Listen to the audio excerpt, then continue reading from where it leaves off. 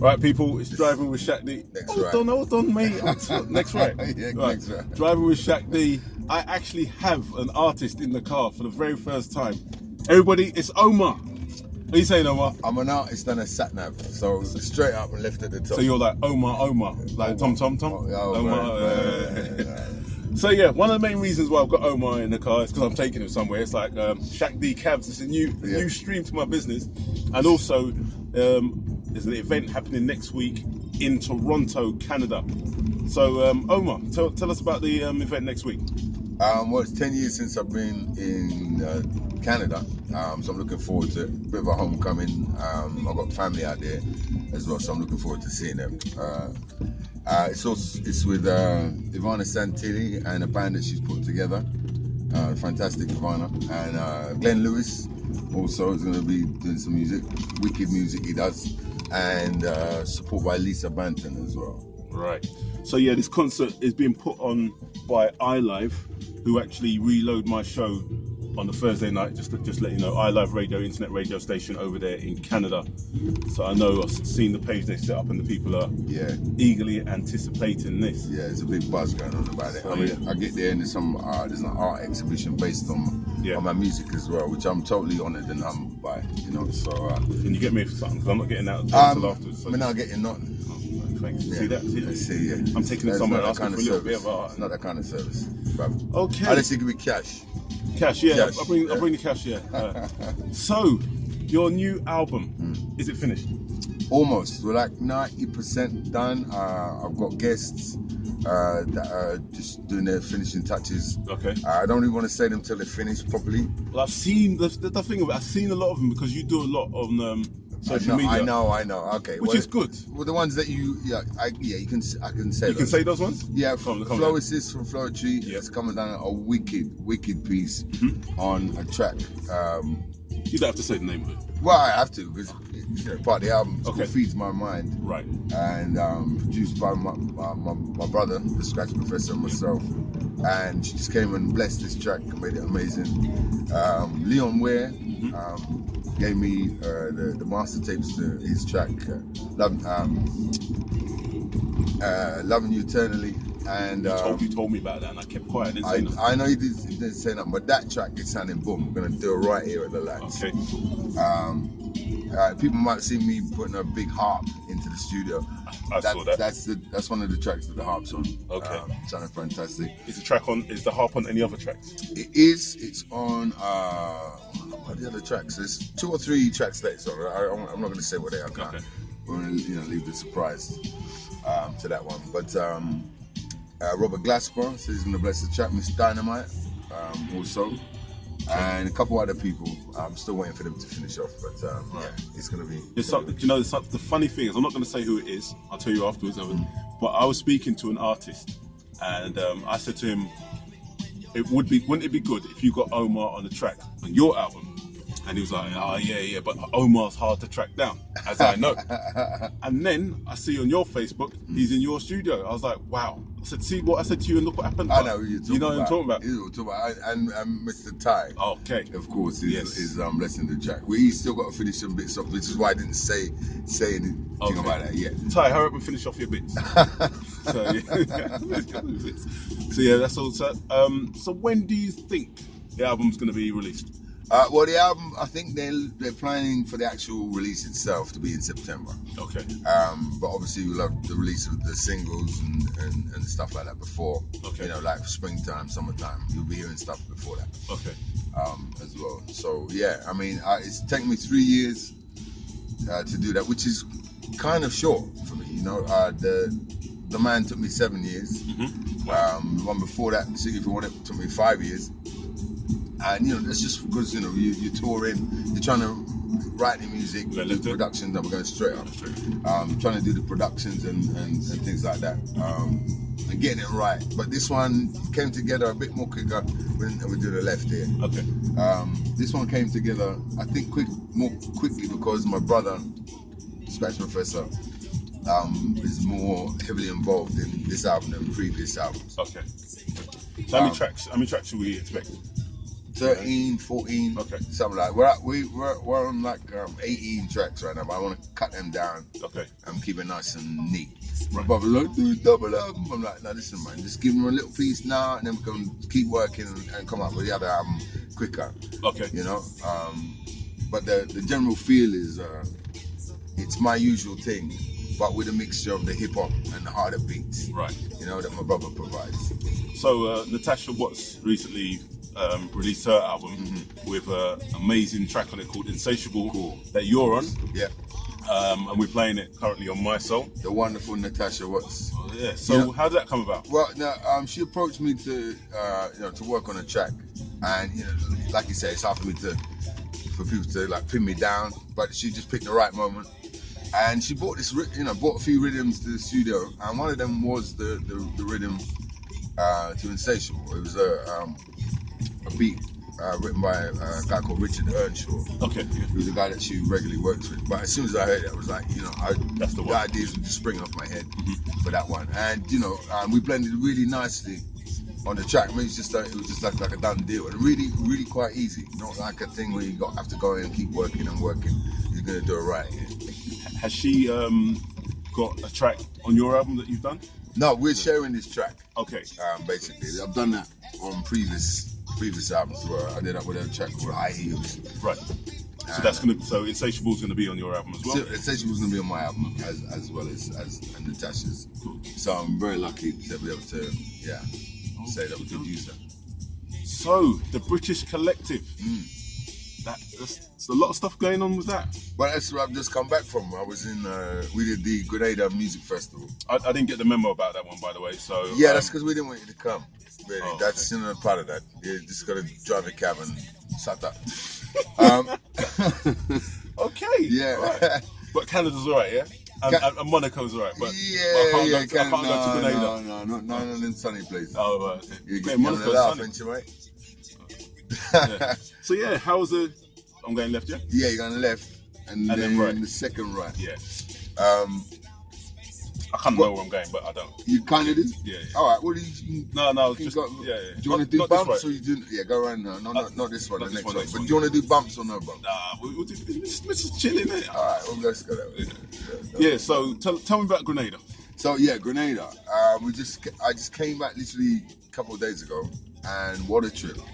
Really was. It's myself, Noel McCoy, Donny, Junior Giscombe, and Lee John. Yeah.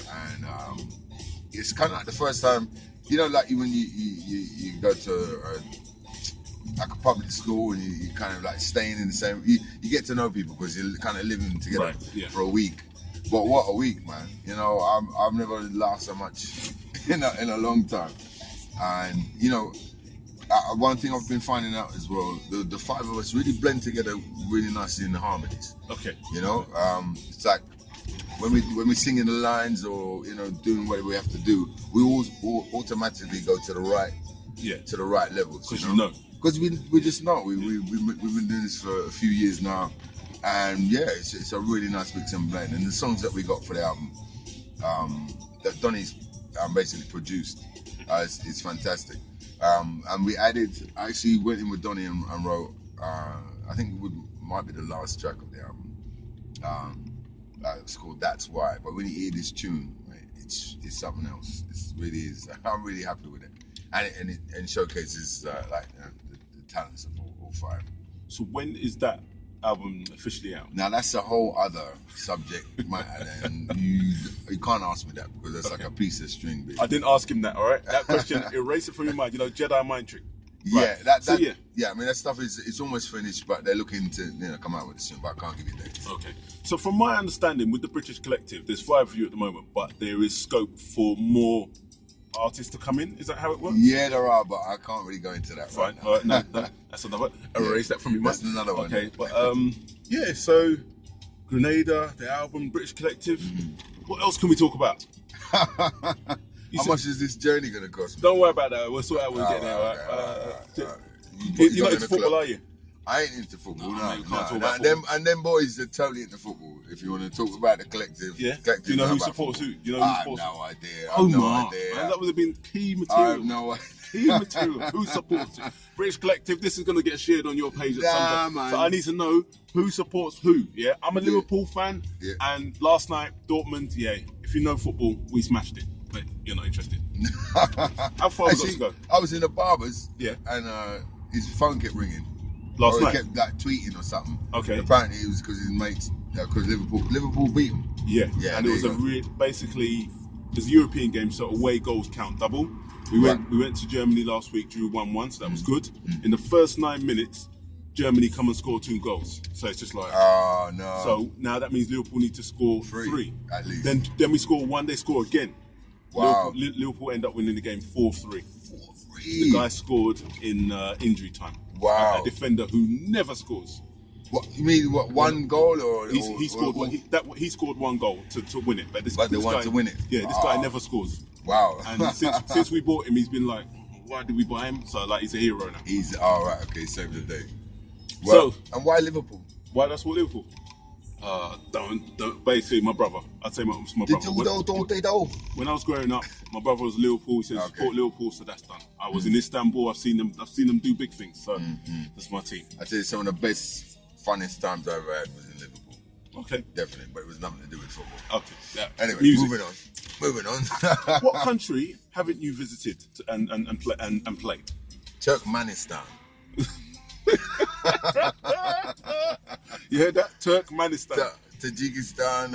I've been to Kazakhstan, Georgia, Tbilisi. Far-reaching places.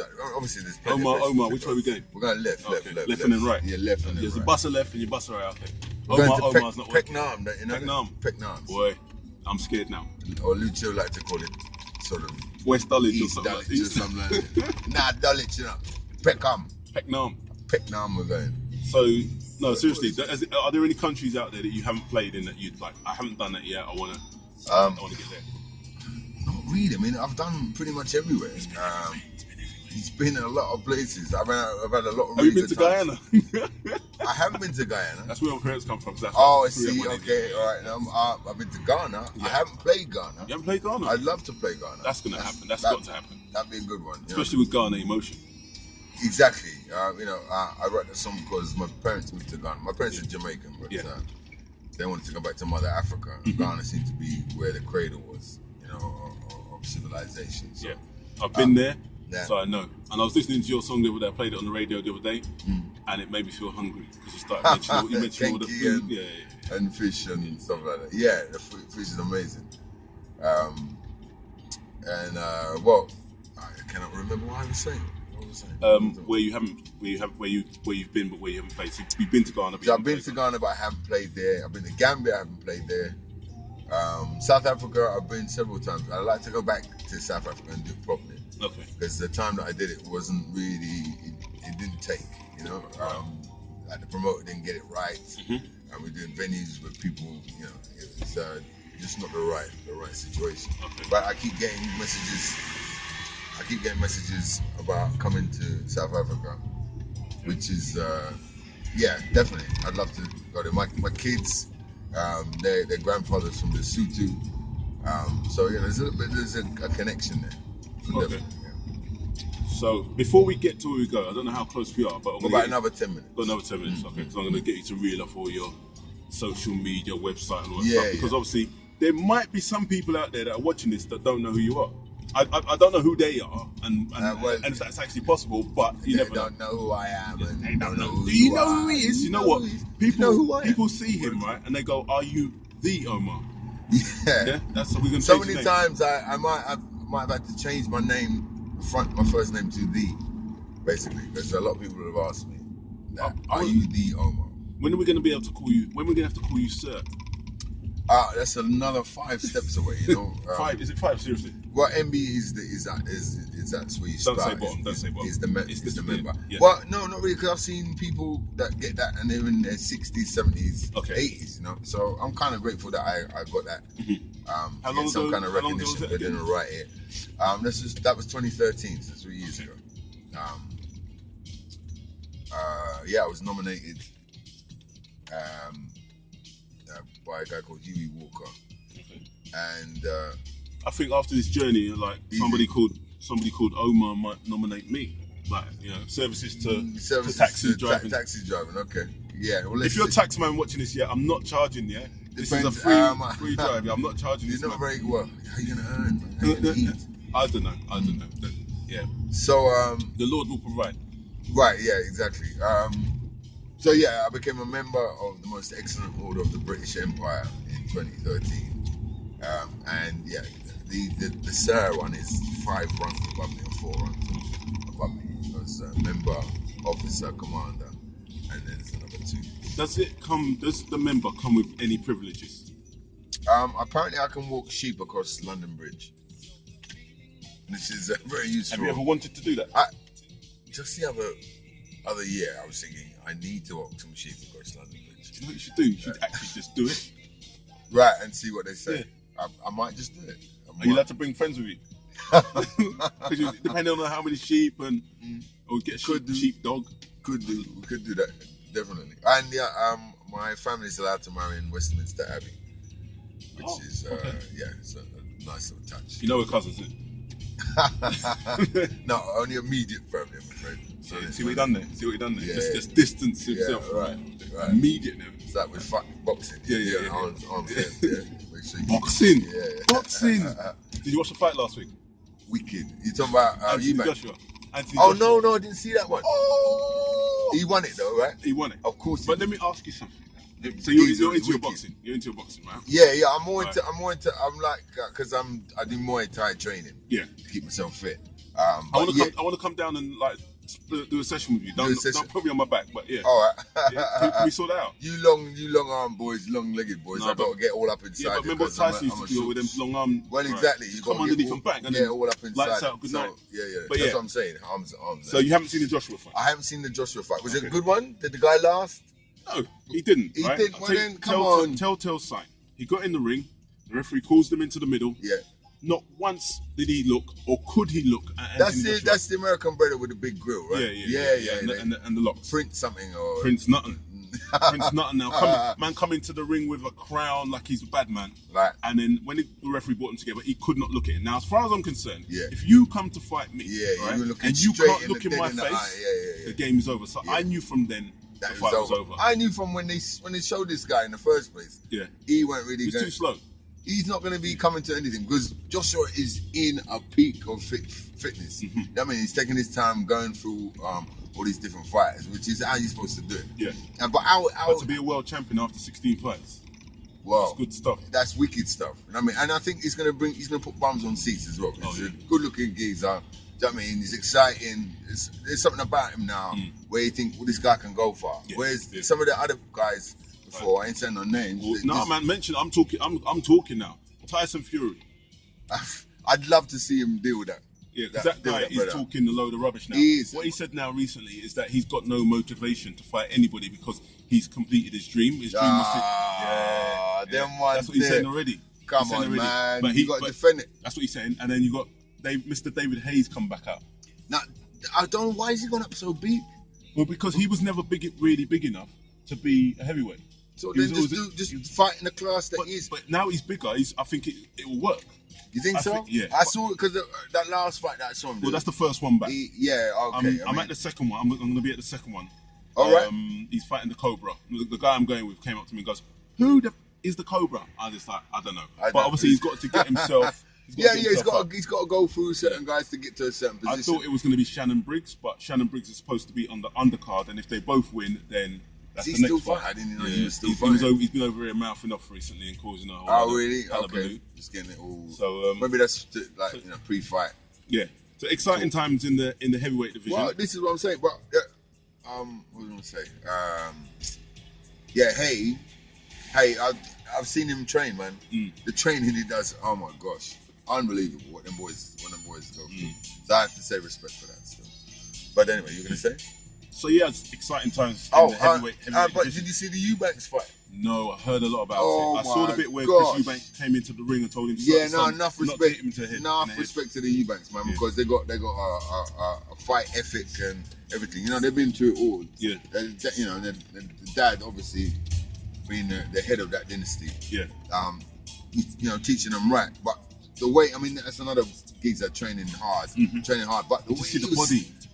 the way he was slipping, I mean, he was fast, man. And enough props to is it Nicky Blackwell? I think that's his name. Yeah. The guy that was fighting. Yeah. He just kept coming back, man. Like they had to they obviously had to stop the fight because he was swelling and everything. But man, what warriors! That was a fight, man. It was a fight. So enough respect to you boys for that. He's come out of the coma now. And give thanks that he's back to last week. Nigel Benn's son fought for the first time. I didn't know that he was fighting as well. His son, he didn't want his son to fight. In one press conference, he's actually welling up, and then he started crying because he didn't want his son to fight. But anyway, he took his man out with a body punch. So they're saying that if everything works out, that you're gonna have a Ben Eubanks Jr. might fight. But that's a way down because that was his first professional fight last week. Yeah. But then apparently Eubank and Ben Senior still talking about getting it back on. I've heard that, but I think it's just more of a talk thing. Ben said he's ready, but Eubank keeps messing about. I think it'd be more like an exhibition thing, man. I wouldn't want to get in the ring with him, but still, you know what I mean? Neither. I would see if I could run around for a minute and then lie down and take the money or something like that, depending on how much they offer. Did you ever see there was a program, I think it was called Gladiators? Yeah. And it was a while ago, and it was the two of them in there, and they were like showing them how gladiators used to train for the fights back in the Roman times and stuff like that. But then they just kind of must have gone right back to the old days.